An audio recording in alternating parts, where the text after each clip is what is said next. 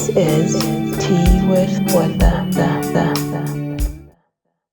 Today, we are discussing digital resilience. What does it mean? I mean, where a lot of us are overwhelmed, a lot of us feel fatigued, a lot of us feel as if they're failures in this day and era. And someone who is here to assist us is Dingaan Rahlapane, who is an internationalist, who is a motivational speaker par excellence, who is an author. I mean, he has authored more than 4 books, and he will tell us more about how do we traverse, how do we negotiate, I mean, the digital era. But more importantly is how do we make sure that we build resilience where we'll get to a point of not feeling overwhelmed, of not feeling like we are fatigued, we are failures. He will assist us as we unpack, I mean, the digital era as to does it help us, does it trust, does it take us back? And as I said earlier, he is here to drink tea with me, Mbuyiselo Botha. Dingaan, thank you so much, man, and thank you for gracing us with your presence. Who is Dingaan?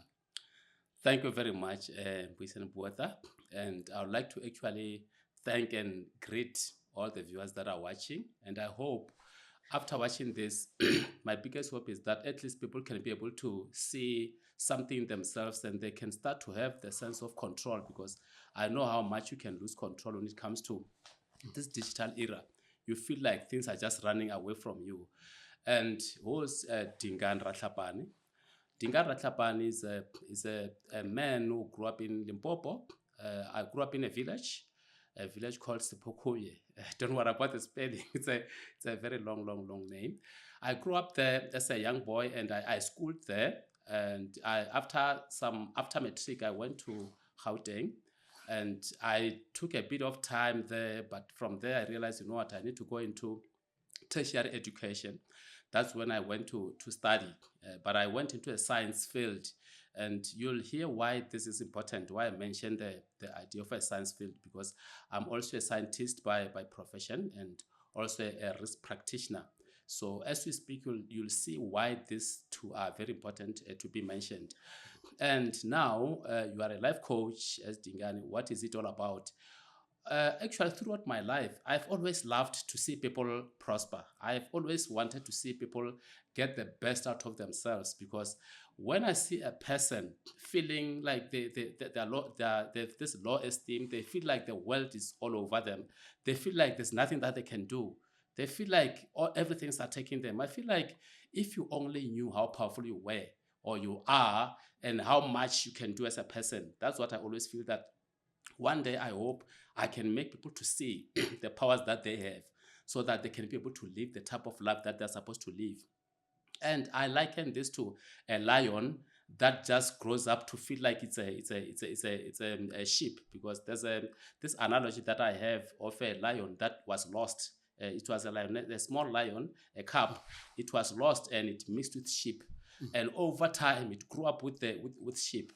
And when it was older, at some point in its life, they went to a place where there was water, and they went to drink water. And the lions came to attack the sheep. And when they went there, they realized that, no, but this one is one of us. But the lion, because he grew up with the mentality of a sheep, he was thinking that he was actually born to actually take grass, drink water, and then just graze, and not actually eat what you're supposed to be eating. And the lions, when they came there, they said, no, look at us. You are like us. You are not like the sheep. So you are supposed to actually go after the sheep that you are with. This guys that you are with is actually your lunch. It is your supper. So after some time, they took the lion from the sheep. And unfortunately, it took long for him to get used to being the lion that he is.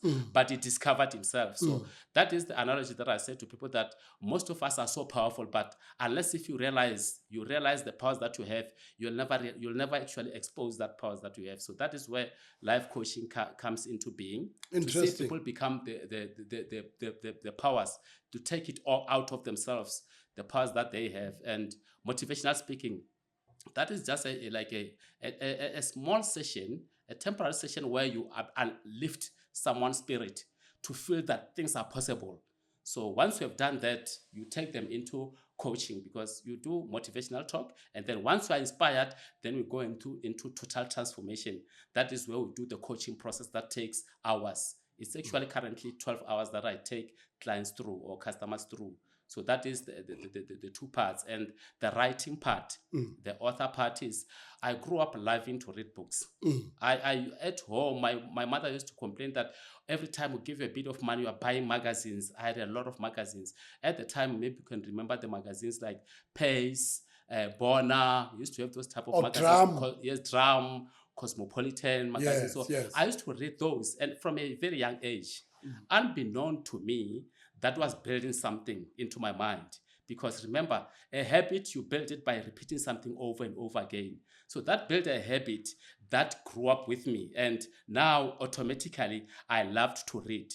And as I kept on reading, I started to notice that, no, man, authors are writing, but there are certain things that I feel like they are left to be mentioned in these books. And then that's when the idea came to say, no. But then, because I'm a life coach, there are things that I'm teaching people and also that I learn every time. Can't I take this learning material and package it in a way that someone can learn, even if they're not around where I am, or even if they cannot attend my programs, but they can still benefit from the insights that I have. That is where books came in. And from the second book, it just carried on, because now this is something that is already in my mind, remember. So that intuition that keeps coming in terms of ideas of how to write and what to put in the content of a book. So that is, in brief, my life as a life coach, why, and also motivational speaker, and then writing books. Interesting. How would you describe the mental state or the emotional state of people in this day and age? What would be how are people? Remember that we are talking about, when I think, people who, a lot of us we are consumers of information. What would be how would you describe people today, their mental state or their emotional state? Yeah, I think I'm just going to talk about the mental state, because it's about the type of thinking that you have as a person. So this is what happens with us. Actually, what I'm going to say now is what happens with everyone. All of us make decisions when we wake up. All of us. And there's decisions that I'm going to mention now, that this is what we do. You might do this consciously or unconsciously. When you wake up every time, you decide on these three things to say, what is it that I'm going to focus on? That's the first thing that you are going to be deciding to say, what am I focusing on? And whatever that you are going to focus on that particular day is going to have effects on the type of emotions that you have. So I just want to show you the connectivity between the mental state and the emotional state, that they are very, very connected. It's actually the same thing, because the character of a person is defined by what you think and what you feel, and also your behavioral patterns. So they make you the same person. So the first thing is, what is it that I'm going to focus on? And there are three things in that decision that we're going to make to say, am I going to focus on what I have in my life? That's the first thing. Or am I going to focus on what is missing? That's the first thing. The second thing is, am I going to focus on the future, the current, or the past? I can tell you there are emotions that are attached to that, because if you're going to think on the past, and most of the time we think of the past problems that we had, the past shame that we had, the past guilt that we had, once you think of those things, they will affect your mental state. Then the third thing is, you are going to focus on things that you can either control or what you cannot control. Even both of them, they will decide how you feel. Because if you're going to wake up and start to focus on the fact that the economy is not doing very well, this is something that is out of your control. You're not going to feel empowered. You're going to feel bad and feel like the world is a bad place, because you are now thinking about things that you can do nothing about. But if you wake up and think about things that you can control, to say, oh, okay, today it's raining. It is up to me to respond and wear something that is going to make sure that I can navigate through the rain. So now you are taking the power back to yourself. Interesting. Yes. So that was talking to the first point of where you are deciding what to focus on. The second thing that you decide as a person is, what does it mean? Like, whatever that I'm focusing on, what does it mean? Because if I wake up and I say, okay, they said the economy is low, things are not working well, people are losing jobs. What does it mean? Does it mean, look at these two meanings. The first one is, does it mean I'm in trouble? Does it mean I'm going to lose my house? Does it mean I'm going to lose my car because they say everything is down? Or does it mean more opportunities? It means now I can go entrepreneurial. It means now I can actually flex my networking skills to see what type of opportunities that I can get out there. Because let me tell you something that maybe people might not be aware of. Do you know that most of the time when the economies are low, when there's depressions, there are much more millionaires during those periods than when the economy is doing well. So it tells you something, that it is not actually about the economy. It's about the inner man. So it's about the state of the mind. It's the state of the mind. It's not about what is happening outside, because I have this saying that says, if the economy is vibrant and the economy is very, very, very well, but you do not change, your life will not change. But if the economy is bad, things are not working well, and you change internally, you'll experience change in your life. So what does it tell you? Change is from within, not from outside. Once the inner person changes, the outer will just have to coordinate and align with the changes that have happened. And now we talk about the era that we are in, because as I told you, growing up in the village, we had no technologies. Like there were no cell phones. There were no cell phones. There were no Instagram. There was no there was no Facebook. There was no WhatsApp. There was no TikTok. The only thing that you could actually check was just the radio. You could just switch on your radio, because so the risk was low. Yes. The risk was low. The psychological impact was low. It was very low. And now, how does it? I mean, the psychological risk. What would you say to of what is happening? Yes, that's where I want to go. Where the digital era. Yes, because it means that time your discipline was actually you did not need too much to discipline yourself, because you were forced to just focus on creative things like read books and stuff like that and listen to the radio. But now, with the advent of so much technology, and not only technology but also the smartphones that we have, meaning you have access to everything in your hand actually every day.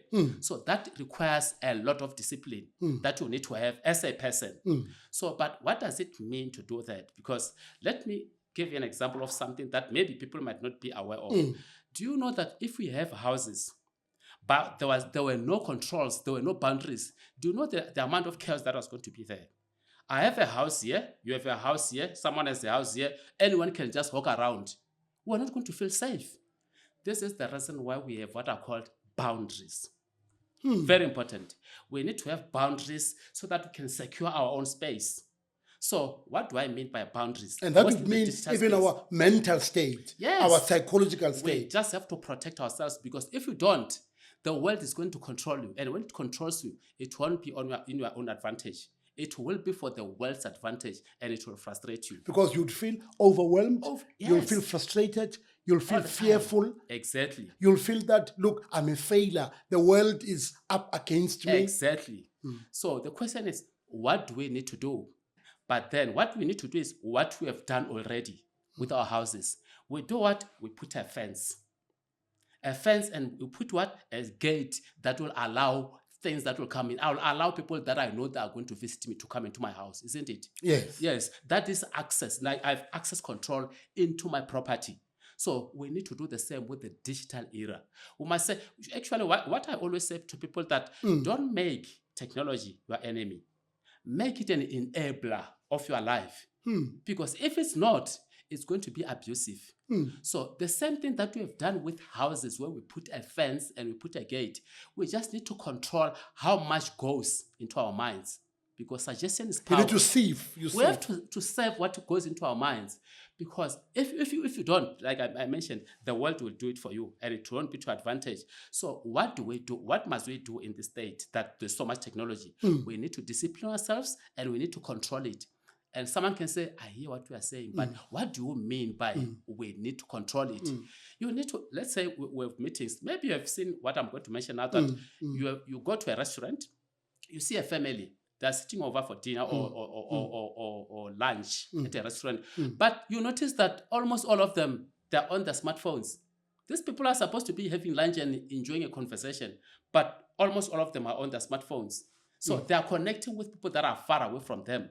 than the people that They with. neglect the They're people that are here. neglecting the network that they're sitting with, but they're dealing with people that are far from them. So someone can say, okay, yes, I hear what you are saying, but what must I do? So let's say it's a family, you go over for lunch or supper, make some rules.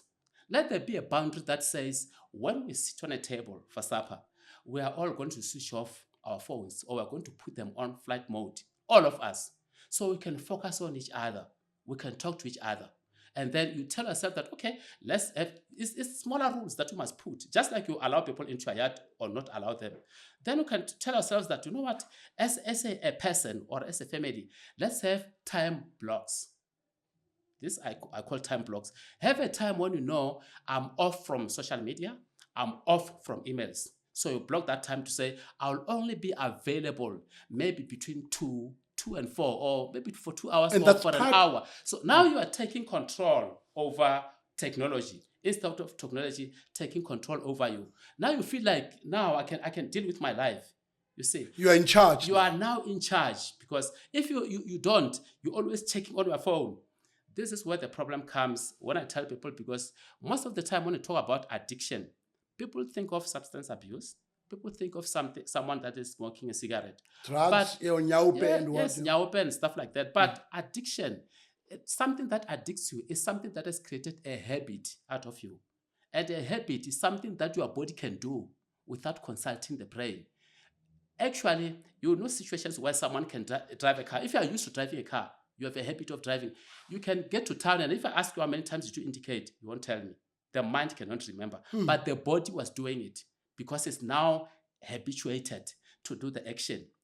Technology is the same thing. How do we build that resistance, the toughness? Yes. How do we do that? How we do that is this, because there's something that I actually mentioned this in my Facebook, that there's no way that you can live What's life. the Facebook called? My Facebook is Reset Your Mindset for Success. Reset your mindset for success. Yes. Interesting. It's the book that talks about destiny and actually our mind power.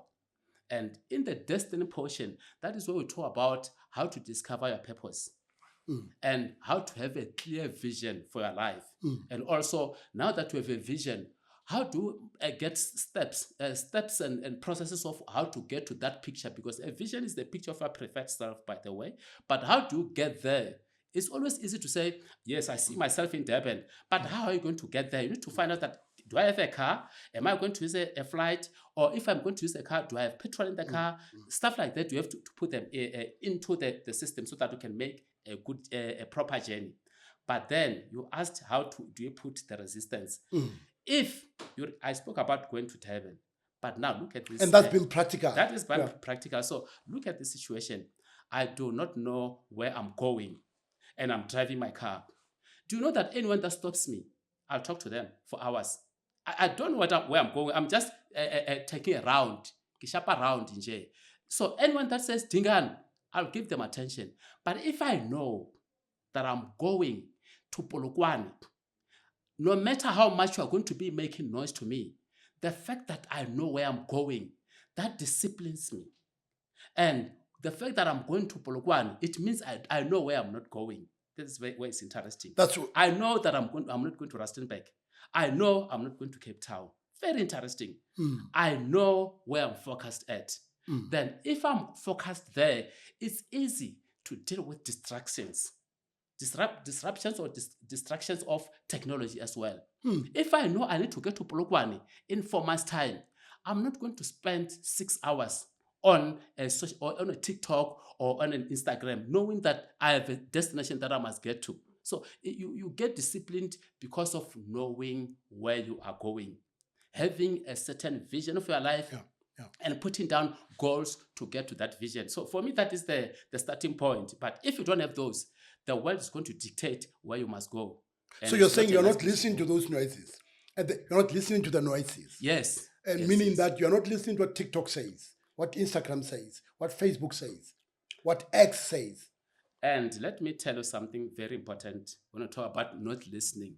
You see, there's something that I'm going to ask most of the people, that if you can practice to do this, when you wake up, make sure the first 30 minutes is dedicated to self, not to the world. please do that. To the self. Do it to self. Say more to that. What Yes, do you mean? and I'm going to tell you what I mean by that and what is it that we can do during that time. Most of us, unfortunately, this is an unfortunate thing and it's very unconscious. Nobody wants a bad life, honestly. But unconsciously, people do what I'm going to tell you, which is not what I want people to do. They wake up, and as they wake up, they press their phone and they check. So and so is doing this. They say, what, 1, 2, 3, 7. They go to Twitter and they're starting to get worried with the first 10 minutes of their life. And that is actually dictating how your entire day is going to be. That's very unfair. If the news are bad, your day may end up bad. Your day is going to be bad. They just told you that 5 people died in a car crash. And as you drive on the road, you are thinking, but why are people dying? Don't you know that people are dying all the time? You are aware of that, but you have allowed that to control your system because the first 30 minutes of your day, that is golden time.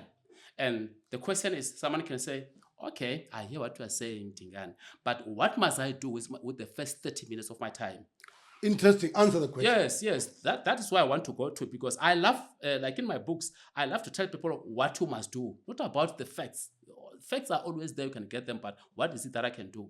Okay, the first thing that when you wake up, I don't know about, and I cannot even tell people what is the type of religions that they must go into or spirituality, but connect with your spirituality as you wake up. If you want to pray, pray. If it's a 10 minutes prayer, pray for that 10 minutes. That is very, very important. Then you finish praying, you say, okay, I still have the 50 or 25 minutes. Then meditate. Sometimes it's better to quieten this mind. The mind can be very busy. Mr. Botha, it can be very, very busy. So quieten it and be quiet and let your intuition start to talk to you. Let your higher powers connect with you, because sometimes they need to connect with us. We're just too busy. It's like if I want to talk to you and I say, Botha, you're moving up. You cannot hear me because there's just too much noise. But if you keep quiet, I can say, Botha, I say, oh, Dingaan, I hear you, because you are listening. So from there, say, okay, I've prayed, I've done whatever that I can do, and then I've actually meditated. What else must I do? Remember what I mentioned earlier, that if you know that you're going to Polokwane, it disciplines you. But then now you're going to tell you, say, oh, okay, by the way, I know I'm going to Polokwane. Where are my goals? Check on your goals. What type of goals do you have? Check them and see if they're still relevant to where you're still going. That is within 30 minutes. You see, now you're deciding how your day must look like. Then you say, all right, I know that the reason why most people do not succeed, and the reason why most of the people that actually don't succeed is because they've inherited and acquired belief systems that are failing them. And these belief systems are called limiting beliefs. So let me write down maybe 2 or 3 positive beliefs, empowering beliefs that are going to make me to prosper in my life. Then you read them. Read them out loud, Botha, because this is your life. Now you are actually priming your mind for the day that is coming. If someone was telling that, hey, you know what, there's no money in the country. No, write a belief system that says it is an abundant universe. Which is true, because I have not seen one person, maybe you can tell me if you've seen them, one person who came to me, who came to you, or came to me and said, you know what, Dingaan, I have a problem. I was running out of oxygen because they're saying there's less oxygen that is in the world. There's nothing like that. And I have not seen birds queuing and saying, you know what, Dingaan, sorry, we're on a queue. There's no food. There's more than enough food. So if you start to see life like that, you see abundance around you. Anything that you see in your mind, remember, you will touch it in your hand. That's how it is. So now what are you creating? You are creating your own internal world. That is the 30 minutes that you are starting your day.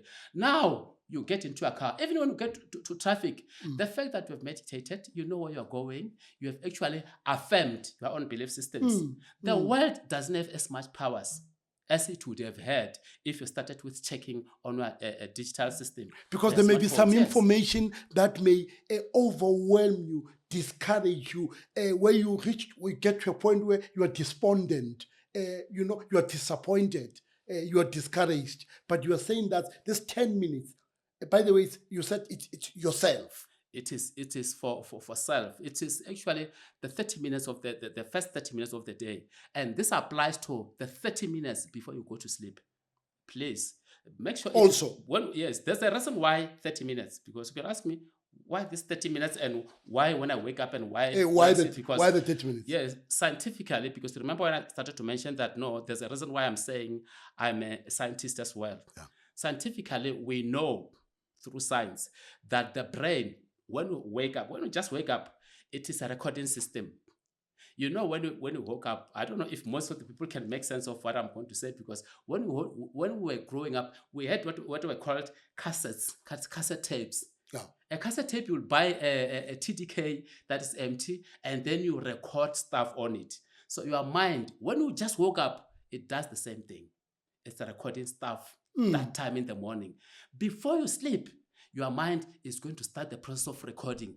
That's why you are encouraged. That's why even our graders, they encourage us that if you are angry, don't go to sleep while you are angry.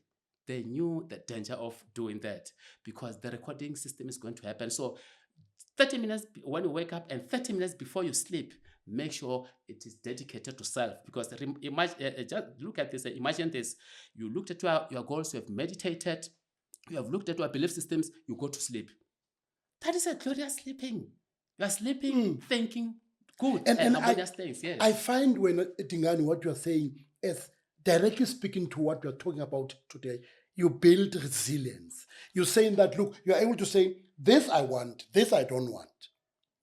This is going to build, this is going to destroy. Perfect. You're saying that, look, I'm not going to allow the noises on X, on Twitter, Yes. the noises on Facebook. I'm not going to allow them what Instagram say. So already then you're building internal, resilience mechanisms within yourself. That's what you're saying. You are doing that. That is the biggest way of how to build resilience, because now as you go through the day, because you have built, because I always Nothing say is this going to people. to. I always say to people that no matter what you do at the top of the house, if the foundation was not done well, the house is going to fall. You That's can the put the nice roof or windows, but if the foundation was not done well, And the 30 it's minutes going to affect. in the morning Yes, is it is the foundation for the whole day. So once the foundation is done well, whatever that you put at the top is just complementing what was done at the bottom. What which about is the foundation? we're not doing that. What about procrastination? Does it have a role to play where you put things, you procrastinate? You see, I'll see tomorrow. I will not do it now. Does it have any role? Does it play any role in how we in the digital area, how that either overwhelms us, frustrates us, or makes us in action? Procrastination, the best way to deal with it, and let me tell you where mostly it can come from. And I'm going to go back to the tip that I was saying, going to Durban or going to to Polokwane, and where you have certain goals. Remember, I said in the 30 minutes that we have in the morning, you are checking on the type of goals that you have. So once you have that in mind, and make sure, I think this is something that is very, very important for people to take away from this. Make sure that the goals that you have, they are doable, they are achievable goals, and they are compelling. It's something that makes you feel excited that this must happen. And again, going to the procrastination part, is to make sure that the goals that you have, there's a reason for doing them. There's a reason for doing them. Let me quickly tell you why reasons are very important. When I grew up as a boy, I actually went through grade 1 and grade 2 very, very hard, because I grew up with brothers and they didn't love schooling, and it affected me. Because there's a saying, this is a book called The Measure of a Man, where Sidney Poitier says, when you walk with a person, something happens without being spoken. It's either you adjust to their pace or they adjust to your pace. So I adjusted to them, and then I failed grade 3 as I was growing up. So after that failure, something changed, because we moved villages from where I was to another village. But going to that village, something started to happen that was very, very positive. I started to think on my own, to create my own imagination of what is it that I wanted to experience in my life. So I knew what I wanted to do, meaning I had a goal that I needed to achieve. Because with imagination, you know what, it's Albert Einstein who said, imagination is everything. It is a preview to life's coming attraction. And he went on to say that imagination is more powerful than knowledge. That is how powerful imagination is. So knowing what I wanted, that I want now to become the best student, I want to be the best in class, and having failed grade 3, by the way, I knew I wanted to do that, but there's something that I realized later on, that this is something that made me to actually succeed. There was a big reason why I needed to do that, and that was to make my parents proud. Every time I was facing difficulties, every time it was tough, I knew that I must do this, because if I don't do it, my parents are not going to be proud of me. And that's why I always tell people, I say, when you have goals that you are setting up, make sure that those goals, there's somebody that is going to benefit. There's a reason why somebody will benefit from whatever that you're going to do. And this now is going to procrastination. Imagine I have a goal, and I have a big reason, a very, very compelling reason, because you say reasons come first, answers come second. So once I have that reason, there is no need for me to procrastinate, because I'm excited about achieving the goal. It's exciting me all the time. And now, because I know, I listen to this type of a podcast where they told me about how to actually have time blocks. Then I know that throughout the day, I'm only going to have a certain time for social media. So all this other time, I dedicate them to what? To the goals that I've set for myself. So how will I procrastinate? Because procrastination happens mostly when I have to be checking Twitter without discipline, going to Instagram without discipline. Willy-nilly, I'm just going there. And this, unfortunately, it creates what I call FOMO, the fear of missing out. People end up developing... Say that again?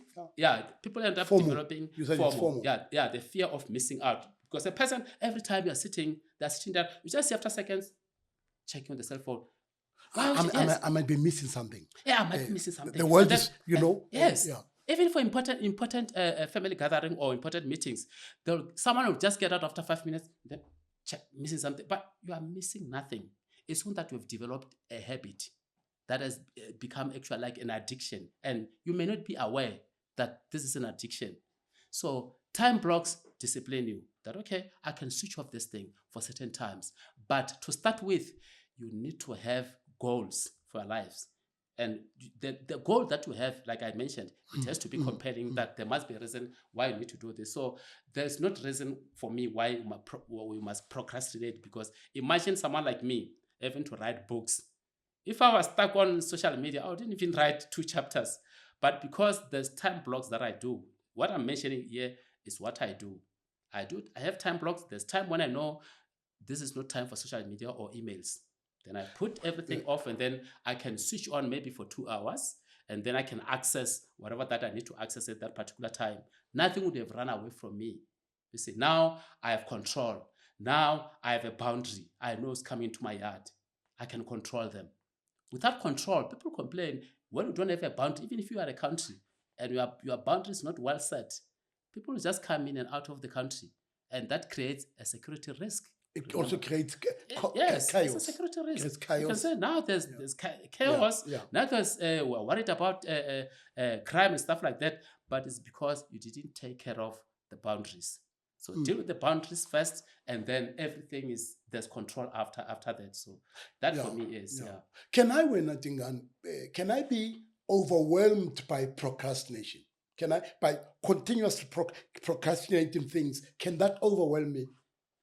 Can that not free me from certain things? I think the problem with, I'm going to start talking about what I mentioned. I spoke about when I mentioned habits that we create. Whatever that you do over and over and over again creates what? A habit. When you drive a car, every time you end up driving it without even worrying about driving. The same thing goes to procrastination. You procrastinate once, it's okay, you catch up. You procrastinate, you keep on doing it. It becomes a habit. Now you have lost control. Now you end up saying, I know, I cannot do that. It's just who I am. It's not who you are. It's what you have been conditioned to be. It's not who you are. You are much bigger than that. So we have to be careful that, as I mentioned, have certain things that will discipline you to follow up. But if you don't, and you keep on doing the same thing, a habit builds up. And all you know is that you are a person who cannot finish whatever that they start. How bad is that? What type of life are you going to live? Because whatever that you are starting, you cannot finish it. You see, you end up regretting and feeling like I'm a failure. you are not a failure. You have just incorporated certain habits that are disabling your life. That's all it is. So that's when the issue of you have been in a mode of being in action. And that's where you are saying that may make you emotionally feel like a failure. Am I right? That, I've been procrastinating these things, I've not been able to do it. It means that emotionally you may be burdened that I am, in fact, I'm just a failure. There's nothing that works for me. Is that what you're saying? Yes. Okay. Thank you for mentioning that, because there's something that I want to mention again when I talk about habits. This is something that for me, I hope people can take this very, very seriously. Because let's say what you mentioned now, that you start to feel I'm a failure.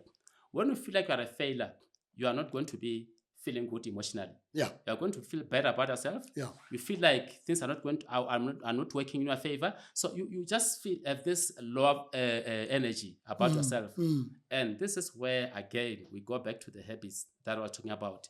Because addiction that I was mentioning happens in everything that happens. You can be addicted to certain type of thoughts. And now, let's say you are addicted to feeling bad about yourself. You feel ashamed that I cannot finish what I start. So the more you are feeling this type of feelings, these emotions, over time, going back to the habits, over time you build a habit. And once a habit is built, I don't care how much you can say, I'm praying over this, or you cry over it. The habit will always play, because it's a system that is built in your subconscious mind.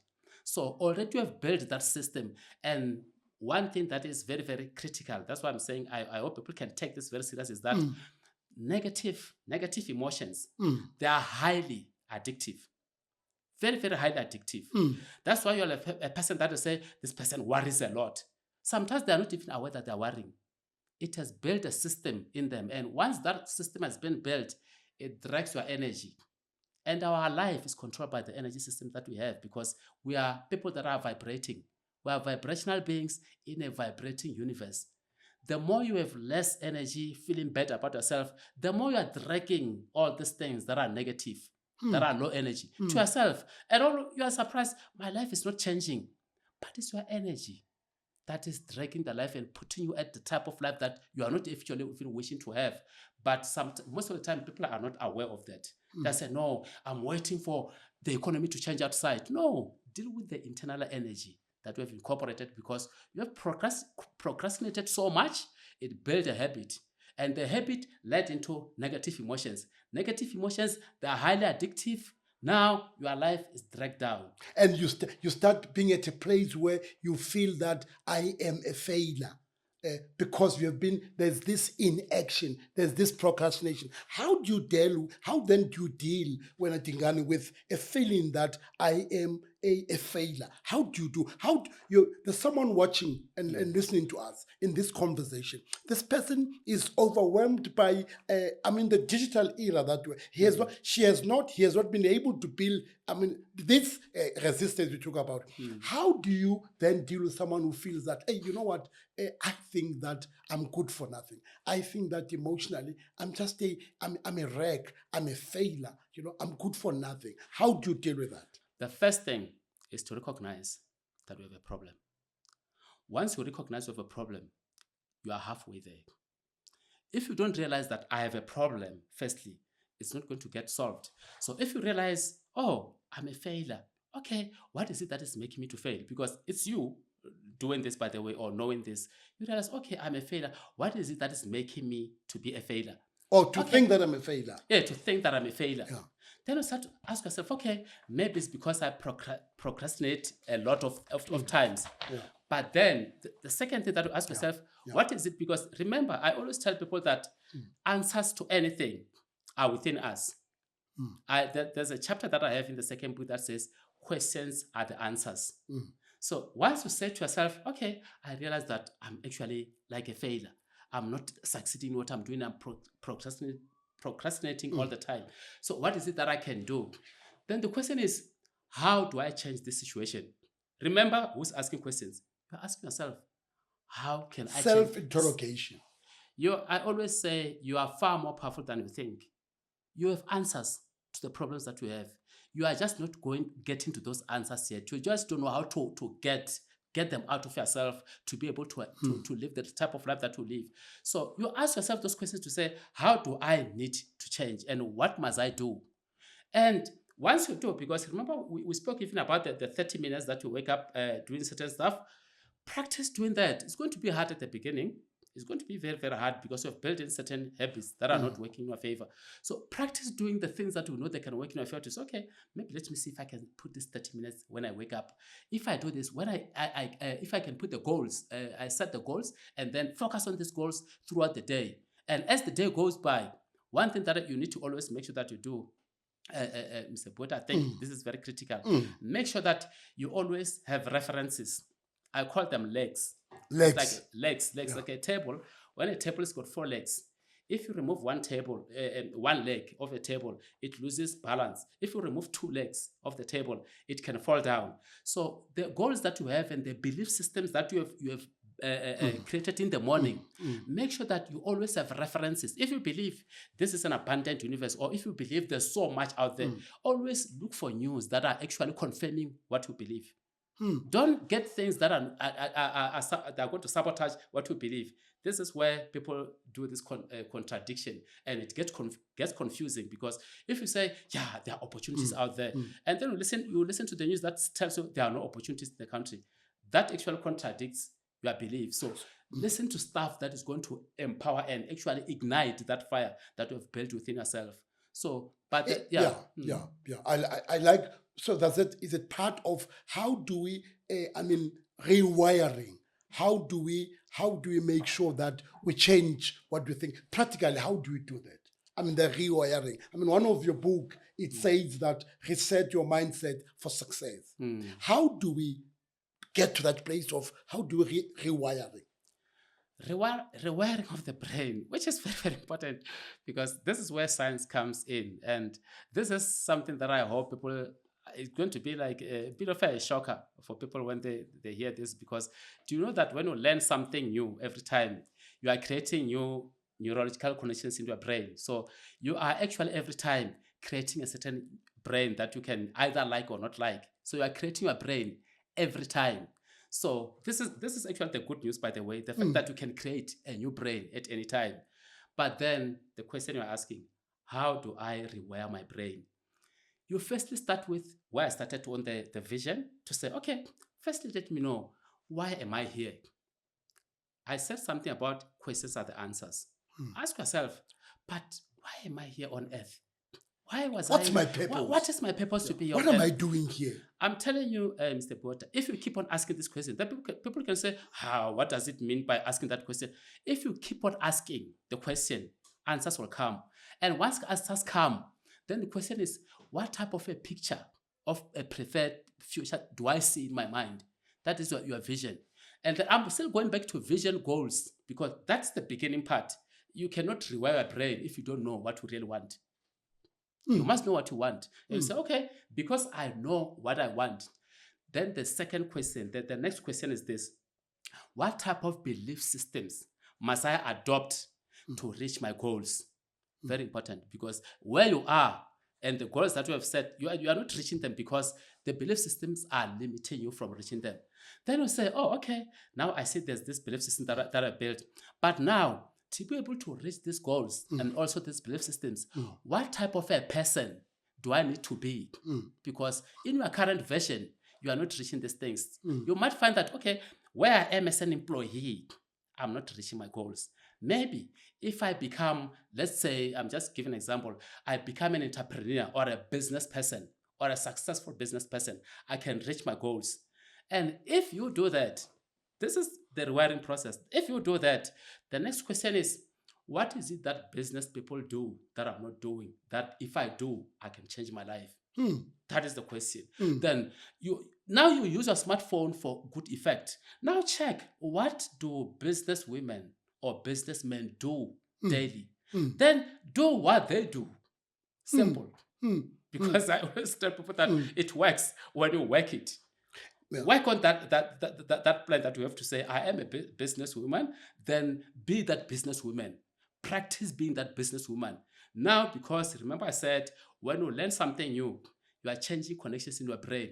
Now That's the you are rewiring you you talk are about. rewiring your brain from that employee to a businesswoman or a businessman. So you are changing. You are changing. But look at this. This is where I want people to be very careful, because firstly, when that change happens, you may not see the changes in the outside world. You might still be driving the same car that you are driving, or still be staying in that shack or in that one room house that you are staying in, and you might still be doing the same work that you are doing that you don't like. But change starts from within.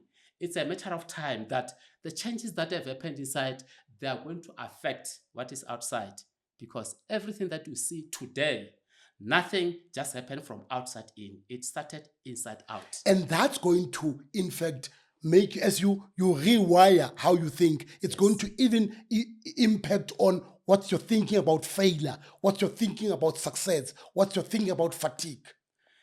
That is 100%. Let me tell you something exciting about that. You are now learning about businesswomen, businessmen. So the question is, how do they deal with failure? Then it shows, they fail, but they shrug it off and look at another opportunity.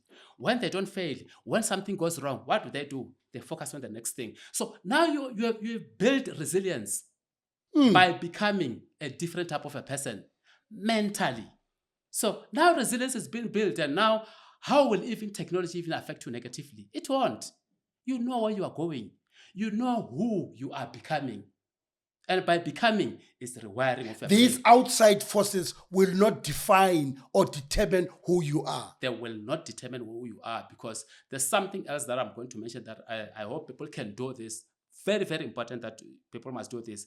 Now that you know that you want to be a businesswoman, you want to be a businessman, now talk to that person and talk from that space that you are.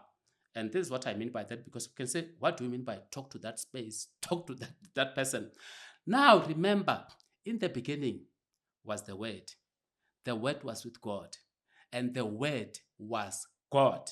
So what you do now is you are going to speak the spoken word. You speak to the dream. You speak life. You speak life to the dream. I am a successful businesswoman. You repeat this over and over again. It changes your mindset. You are changing your mindset. You are not saying that, but you know what? Hey, go hire domo jwang. Hey, we are failures. True. Exactly. Wa wana hlwa ka e kgolo jwang. Nothing works with me. We are not successful. Hey, whatever king. Now we've been made just to be failures. You know, I think many Rewiring now. people, yes. You know, many people think, I hope they know this person called Muhammad Ali. The greatest. The greatest of the greatest. Do you know that Muhammad Ali started saying, I am the greatest, when he was not even a champion of anything? He said it with his mouth. He said it with his mouth. And then whatever that he said, that the word became flesh, ultimately. He became what he was saying. And that's why he said in one of his quotes that if you want to be a champion, believe that you are the champion. But if you are not, pretend you are. That's powerful. Pretend to, and live as if you are the champion, which is what I said. You want to be that businesswoman, that businessman, live as if, pretend you are that businesswoman or you are that businessman. And something very powerful, Mr. Botha, that you need to do. Now that you have spoken to it, now rehearse that person. Make a rehearsal, because before the World Cup happened here, there were so many rehearsals. Before any event that can happen or it can take place, people will always do rehearsals. Why are rehearsals important? You are preparing for the future before the future happens. That's what rehearsal is all about. So now what do? I know what I want to become. I want to be a businessman, a businesswoman. What do? I rehearse being the businesswoman. I'm rehearsing being the businessman by being that business person in advance, before I become them physically. So that is the total rewiring of the brain. That's also part of resilience. That is you're resilience, building yes. Self-resilience, the boundaries you spoke about earlier. All of those. You are resilient to technology. You are resilient to the outside world, changing who you are. Now you are becoming what you're created to be, not what the world wants you to become. That's frustrating. That's where most people are frustrated and confused and angry, because you feel like the world has dictated the type of person that you'll become. Because if you don't have your own goals, let me tell you, Mr. Botha, you will become what the world wants you to become, and it will frustrate you most of the time. That is where the problem. Yeah, So true. things can work for you. You just are not realizing the powers that you have. That's what I'll tell them, and they'll ask me, "But how am I going to do it?"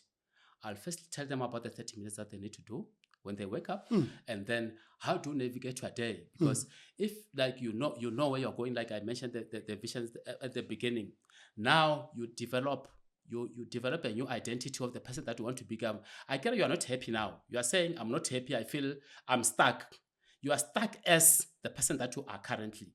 Now let's change it and say, let's become the person that you want to become, and live as if you are that person internally in your mind. This takes a lot of discipline, by the way.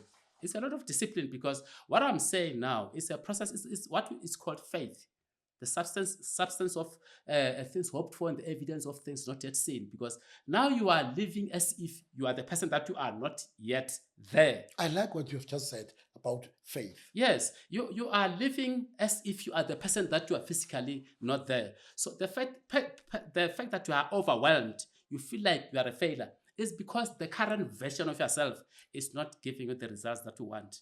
It's okay. Let's make peace with that. Forgive that version. Forgive that version. Can we create a different version of yourself? What is it that you want? You remember when I told about the story when I was young? I failed a grade 3. But what made me to become number 1 in matric? I focused on self to say, oh, okay, I'm not a failure. I failed because of the previous conditioning. Can I change the person that I am and focus on different things and get different results? The answer was what? A yes. So I will say to this person that it's okay, let's forgive that version. But who do you want to become? And they say, I want to become X, Y, and Z. And say, okay, can we create goals for that X, Y, and Z? They say, yes, we create them. What type of beliefs do you think X, Y, and Z can adopt? They say, these are the type of beliefs. Okay, can we start to live with these beliefs every time? Because belief systems, just like any other habit, you have to be repeating them all the time. Repeat these beliefs over and over again. When you sit, if it's break time, check on that list of belief systems that you've created, my friend, and then believe that you are becoming that person. The more you do that, you'll start to see a shift in your life, because now life becomes exciting. Because if I was to ask them, by the way, to say, what do you believe about life? When they say they feel overwhelmed, they're going to say life, something negative about life. What do you believe about people? People are scalums. That is going to make your energy be low. But people are like God's creatures, and you can collaborate with people to get better results. It takes people to live a good life with the same people that you are with in the world. Yes, that's what it takes. And you say, what is life all about? Where are opportunities? What do you think about the economy? I believe the economy, there's no problem with the economy. It's me changing, creating my own economy. And then the outside world give me the monies that I want. So I'm going to tell them, let's forget a bit about what is outside. I'm not saying let's be ignorant. No, it's okay. You are still the same person that you are experiencing, but can we work on the inner man and change that inner man? That's or building inner those woman? boundaries. Build the internal boundaries. Build the resilience. Build the resilience first, and then the outside world, I can tell you, Mr. Botha, it will align. Once you've built something inside, and when people see this, they're going to think it's miracles. Because when I became the number 1 student people in matric, many people, most of my cousins, they said, no, maybe there must be a zombie at his home. I'm telling, and it's a true story. They said, no, there can't be. It can't be, because I was still the same Dingaan, from the same village, from the same family. But internally, I had changed so much. Results started to show up. And when they show up, people think, it can't be. Yeah. Maybe it's got a snake. That's So yes. it's possible to build resilience. It is within you, but you must be willing and determined to do it. And you must be persistent. And be consistent. Persistent, consistent. You must be willing. That's why I said, if you acknowledge, when you ask me that question, to say, acknowledge that I have a problem first, and then deal with how to get this, how to solve this problem. Move. And I've shared so many insights here, but some people I know, they can say, okay, these are many insights in terms of the practicality of what I can do. You're talking about the beliefs, talking about the vision, talking about the goals, because I can tell you something that might surprise you. I've realized that many people, when I do coaching with them, many people don't know how to set their goals. They don't know how to set their goals. That's where we have a problem. They don't know how to set their goals. And if you don't even know how to set a goal, when I talk about checking the goals, what are you checking? Because you don't know what to firstly set the goals in place. So this is when we come in as coaches, life coaches. So let me take you through the journey and show you how to do this. Because sometimes I always tell people that people know about Michael Jordan. They know him, but very few people know about Phil Jackson, who was the coach. The Muhammad Ali that we're talking about, there's Mr. Dundee, who was his coach. So all the time you'll need a coach. Even if you are Ronaldo, there's a coach that needs to be there so that we can expose more of the talent that you have. That is what we need. So when I say needing a coach, people can say, why do I need a coach? But a coach is somebody that's going to expose much of your potential that you are not even aware of yourself. So I can say, people can say, okay, you know what? Maybe because I've heard what you're saying. You spoke about the mental rehearsals, you talk about these affirmation things, the goals, the belief systems, all these things, firstly, they are all in my books, because everything that I'm sharing with you now is all in the books that I've written. So if you say, okay, I can get the books, or beyond the books, can I actually come into it? Because I have workshops that I do. Like I told you, I have 12-hour workshops that I do is 2-day workshops. Those are things that we focus on in those workshops to say, let's focus on the inner man. By the way, your books. Yes. I have here Reset Your Mindset for Success. Yes. I have here Unleash the Inner Power. Yes. I have here that Defy the Odds. Yes. All of them, they speak to one thing, the mind. They're talking to the mind. All of them, they're speaking to the mind. Hence, I'm saying, if someone says, Ash, I like what I'm hearing now, can I hear more of this?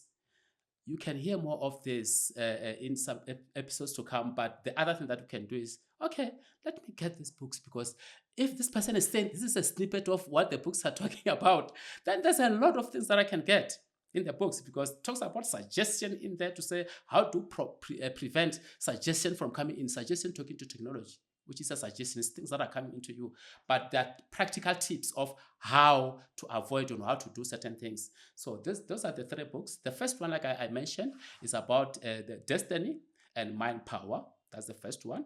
The second one is the one that talks about belief systems. When I was talking about the beliefs that to myself, those beliefs within 30 minutes, remember? And then I was talking about becoming that version, a businesswoman, a businessman, that is an identity. How do you get to develop that new identity? It's in the book. Then the third one talks about resilience, to say, but how do I really survive when the world is coming at me? I've just lost loved ones. How do I go about life? Life is so overwhelming. I realize I have a house, I have a car, money is not connecting together. How do I deal with this as a person? So that helps you in terms of building up this type of resilience, to realize that, you know what, Elsie Robinson was right to say, many things may happen to us and many things may happen around us, but the most important things are things that happen in us. So that is what is building, to have enough things that builds you up from inside out. You said, who said that? Elsie Robinson is the one who said this, that many things may happen to us and many things may happen to us. But the most important things are things that happen in us. So whether anything it's raining outside or the economy is bad, I'm not worried. As long as I know internally I'm building a good economy, I'm sorted. Well, you may be listening to us and feeling stuck, feeling a failure, feeling overwhelmed, feeling fatigued. Maybe you wanted a reset. Maybe you wanted a rethinking. Maybe you wanted a rewiring. And I thought that Dingaan has been extremely helpful. Dingaan has assisted us to think out of the box. He has assisted us to be unconventional in what we think, in what we do. He has actually shared with us that the power is within you. It is you who have the power, not the digital era. No, not your Facebook, not your WhatsApp, not your Instagram. All of these are important tools. To use these words, all of these are enablers. Enablers not to look at yourself as a failure, but enabling you to reach your destiny, enabling you to be the best version of who you are. So, in essence, it's within you, it's within your power, it's within your control. You have it and you can do it. I hope that you will continue to join us, you'll continue to like us, but also, and more importantly, you'll continue to look at these self-help books. And I think that being cynical, I think being critical may not help us, but to say that motivational speaking, it does help, but saying to us that when a life coach, these things, they do help, they are impactful. Probably where you are, you may be stuck, but there is help out there. Thank you for joining us. And once again, Dingaan, thank you, Ndate, for, it's quite a difficult, tough, but also, as I said earlier, you're making us, forcing us to think out of the box. Yes. You're making us to be unconventional. Not your pedestrian thinking. You're making us to say, look, there's much more to life than what the social media says about who you are and the world. Once again, Dad, thank you so much. Okay. No, thank you very much. I'd like to thank you for this time, actually, and thank everyone that was listening. And I hope this can actually have an impact on their lives. And I actually want to leave them with this. It's a quote by Shakespeare, where he said, "The fault, my friends, are not in our stars, but in ourselves, that we are underlings." Where do people get hold of you? People can get hold of me on WhatsApp. They can send stuff on WhatsApp on 068 470 1102. And then also at TikTok is at Dingaan Rahlapane. And also on YouTube is at Dingaan Rahlapane Live. So those are the platforms that I'm active at. There you have it. Help is out there. Thank you for joining us.